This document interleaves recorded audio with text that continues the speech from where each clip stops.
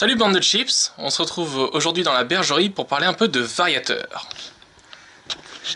Alors, on a deux véhicules à variateurs dans la team, la Biquette, nouvellement arrivée, dernière créée, et le Rock'n'Bob qu'on a fabriqué en 2011. Alors, point de vue technique, la Biquette c'est un variateur qui est démonté là de MBK 51, qui a été adapté sur un moteur Bernard, donc moteur de groupe électrogène. Et là, c'est entièrement du fait maison. C'est un variateur non centrifuge. On va rentrer un peu dans les détails. Alors, on va commencer par la Biquette. Donc, la Biquette, variateur de MBK 51 qui est démonté là. Et qui a un petit souci d'origine, c'est-à-dire que les moteurs de temps de MBK, ils montent dans les tours, je sais pas, à 7-8 000 tours. Or, un moteur de groupe électrogène, ça monte à 4000 tours, au taquet, même avec un gros carbu. Donc, il a fallu changer 2-3 choses. Parmi les choses que j'ai commencé par changer, parce qu'au début on faisait des wheelings comme des fous, alors on en fait toujours un peu, mais moins, c'est que j'ai un peu joué sur les ressorts qui sont là, les ressorts donc de l'embrayage primaire. Alors je vais appeler embrayage primaire et secondaire pour vous expliquer un peu comment ça marche. Le premier embrayage qui est donc, attendez, hop, je vais retirer ça, ça se monte comme ceci, qui est donc cette cloche là, qui est toujours en liaison avec le moteur. Quand on accélère, celle-ci prend de la vitesse. Voilà. Et donc dessus, il y a des petits patins avec comme du patin de frein et qui sont sur des ressorts. Et donc quand le moteur prend de la vitesse, ceux-ci s'écartent et viennent frotter sur cette cloche-là. Et à son tour, donc quand j'ai écarté ces ressorts-là, ça a permis de diminuer le régime nécessaire pour que cet embrayage-là rentre en action. L'erreur, c'est que du coup, ça rentre un peu trop en action et ça débraye plus très bien. J'ai dû beaucoup poncer les garnitures. Et derrière ce que j'ai fait, derrière ce qui se passe, c'est que cette cloche se met à tourner, et là il y a le deuxième maslot qui se met en action, vous voyez, comme ceci, et qui vont embrayer vraiment le moteur. Donc ça c'est, on va dire, un embrayage léger, et ça c'est un embrayage quand il prend, il engage. C'est vraiment ferme quand ça engage, et c'est là qu'on faisait les wheelings. Du coup, ce que j'ai fait, c'est que j'ai rajouté des vis en métal dedans, pour essayer d'alourdir ces maslots et d'augmenter, de réduire le régime nécessaire à leur activation. Mais ça n'a pas suffi, parce qu'après il y a la partie variateur. Ce qui écarte le flasque mobile, ce sont des petites billes. D'origine, il y en a 3. Et le souci, c'est que, comme je disais, le moteur prend 7000 tours.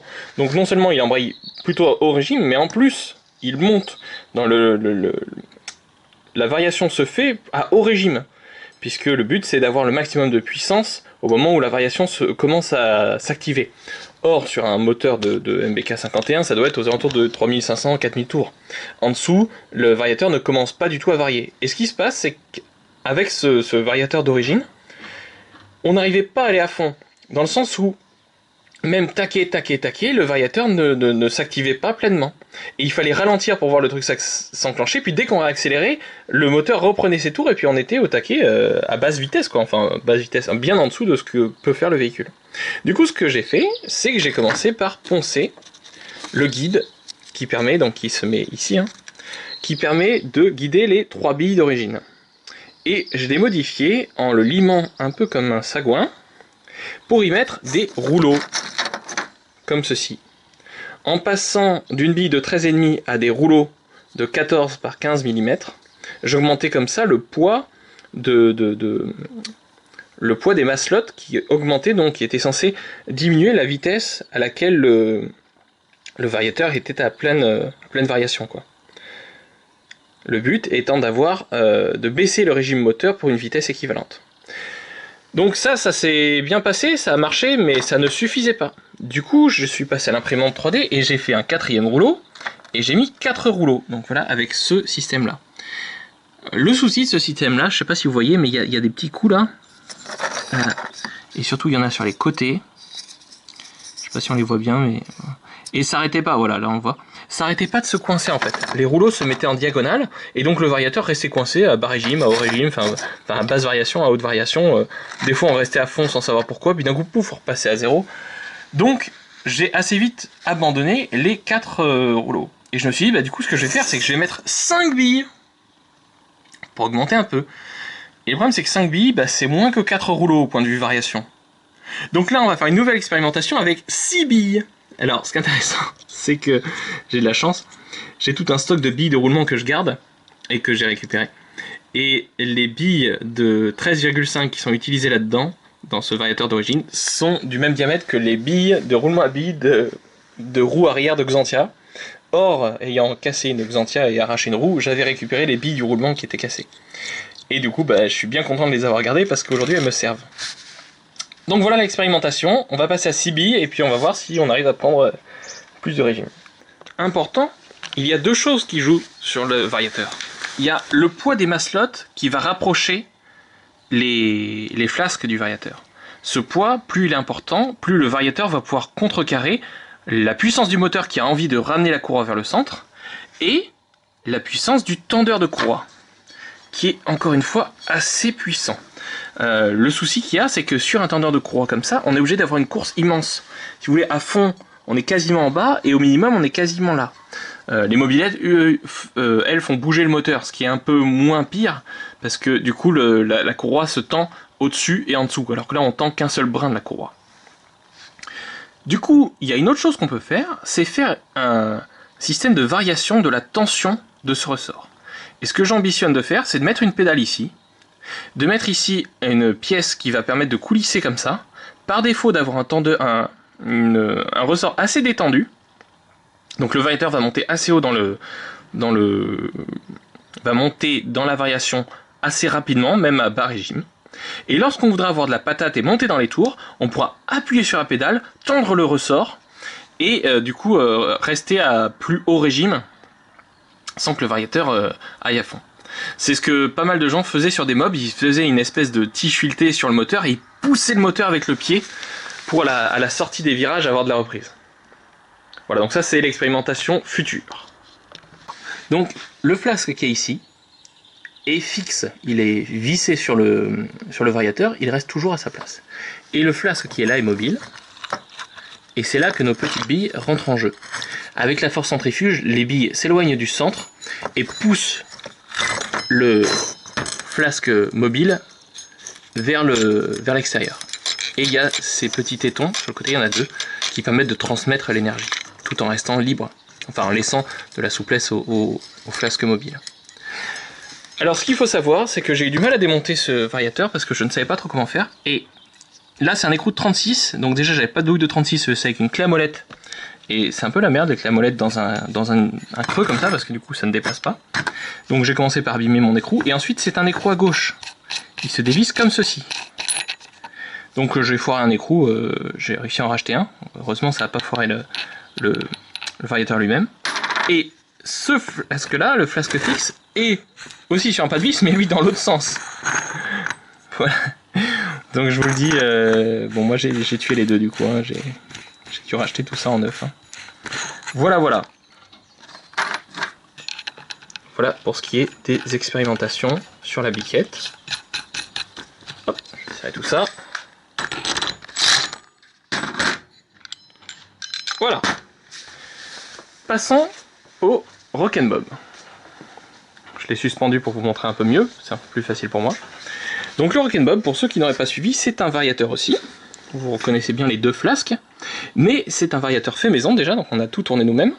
Et il n'y a pas de billes ou de poids ou de choses qui sont centrifuges. Ce qui se passe, c'est qu'on appuie sur une pédale. En appuyant sur la pédale, ça active toute une tringlerie bizarroïde. Voilà, qui marche dans tous les sens. Qui transmet la force à la patte qui est là, qui transmet aux deux pattes qui sont là, qui transmettent à cette pièce-là qui est un peu libre, qui transmet à un roulement conique, qui transmet au flasque mobile. Voilà, le flasque mobile commence à faire un peu de jeu, le pauvre. Et donc, comment ça marche ? Ça marche qu'on appuie sur la pédale et puis on doit contrer la force du moteur et du tendeur de courroie qui est quand même avec un gros ressort, hein. Vous voyez la taille du ressort qui est dessous là. Donc on doit contrer ces deux forces, et donc plus on accélère, plus il faut pousser. Qu'est-ce qui s'est passé ? Eh ben on s'est mis à tordre le guidon déjà, parce qu'on était obligé de s'accrocher comme des fous. On a tordu le T de fourche supérieure là, qui était plus fin, alors il était trop fin, mais bon, on l'a tordu, on a été obligé d'en refaire un plus épais. Et enfin, on a tordu les ressorts de selle. Donc bon, il fallait trouver une solution. Qu'est-ce que j'ai fait à ce moment-là, j'ai fabriqué un premier bloqueur de variateur à fond. L'idée était que on partait, on jouait avec le variateur pour faire comme des vitesses, et là on verrouillait le variateur et il restait à fond, il restait au taquet. En gros, c'est comme si vous aviez une boîte 3 vitesses, on va dire, et que vous pouviez lâcher le levier de vitesse que à partir de la troisième. Donc je vais vous chercher le blocage de variateur, je vais vous montrer à quoi il ressemblait. Voilà, donc le bloqueur de variateur ressemblait à ça. Ça se vissait, vous voyez, sur les deux petites vis qui sont là, qui ont maintenant une autre utilité. Donc grosso modo, comme ceci. Il y avait un petit ressort qui le maintenait plaqué, et on avait un câble pour pouvoir l'activer. Et donc quand on arrivait à pleine vitesse, on appuyait sur le câble qui tendait, qui poussait le variateur vers l'avant, enfin ce blocage de variateur vers l'avant, et la vis qui est ici, c'est dur, vraiment c'est très compliqué de vous montrer, je suis désolé, la vidéo va peut-être pas être top, mais voilà, donc dans l'idée, quand on activait le blocage, ça faisait comme ceci, et le variateur ne pouvait pas remonter au-delà de la vis de réglage qui est là. Voilà. C'était vraiment cool. Mais il y a un défaut, c'est qu'en attendant d'être à fond, il faut appuyer comme un âne. Et l'autre souci, c'est que ça ne marche qu'à fond, donc il fallait régler pour être le plus à fond possible. Parce que le souci, c'est que quand vous êtes bloqué et que vous êtes qu'à 4/5 du variateur, le moteur gueule pour rien, et du coup vous continuez à appuyer sur la pédale parce que vous préférez appuyer plutôt que d'avoir le moteur qui gueule. Conclusion, je me suis dit qu'il fallait faire autre chose. Et cette autre chose, c'est un blocage multicran. En gros, l'idée... Excusez-moi, je fais des tours dans tous les sens, j'espère que ça ne donnera pas trop l'envie de vomir. L'idée, c'est que quand vous appuyez sur la pédale, ça fasse des crans à chaque fois. Voilà. Et donc c'est cette tige-là, qui est taillée en pointe, je sais pas si vous voyez bien, voilà, qui est taillée en pointe, qui a des petites moustaches là, pour être sûr de ne pas sortir de la tige filetée. La tige filetée qui permet de... qui est la tringle d'activation. Vous avez vu, ça c'est l'ancêtre de la rotule. C'est une fabrication maison, donc c'est cool. Ensuite, il y a des petits ressorts de partout, donc ça fera peut-être un peu améliorer. Et vous avez un câble avec un domino soudé sur la tige et un domino vissé sur le câble, qui vous permet d'activer la poignée d'embrayage, on va dire, et de libérer le variateur. Et puis après vous repartez et... Donc l'avantage de ça, c'est que du coup, vous pouvez, au fur et à mesure que vous avancez, ne pas vous occuper de maintenir la pédale. Vous pouvez relâcher votre pédale à tout l'écran. L'inconvénient, c'est que quand vous voulez vous arrêter, il faut appuyer sur la pédale en même temps que le débrayage. Là, il n'y a pas la force du moteur, donc je peux débrayer à la poignée, mais sinon c'est trop dur, ça va tout péter. Donc c'est assez cool, parce que du coup, on peut se verrouiller à la vitesse qu'on veut. Comme en ce moment on est en plein confinement, je peux faire des tours de jardin sans m'embêter à appuyer sur la pédale. Pour la course d'endurance des Cyclotron Games 2020, si on peut les organiser, ce sera plus cool. Et puis du coup, on peut s'amuser comme un petit fou. Alors ça redemande d'apprendre à le piloter. Mais c'est ce qui est cool dans ce véhicule. C'est vraiment ce qui est cool, c'est que on doit apprendre à le piloter, et quand on le pilote, on a une vraie sensation d'être proche de la mécanique, on peut faire ce qu'on veut. On peut vraiment aller dans les bas régimes du moteur, ou au contraire le laisser monter dans les tours pour avoir le maximum de puissance. On peut laisser l'accélérateur à fond et jouer qu'avec le variateur. On peut aussi faire des reprises comme si on avait des vitesses. Enfin voilà, c'est vraiment cool.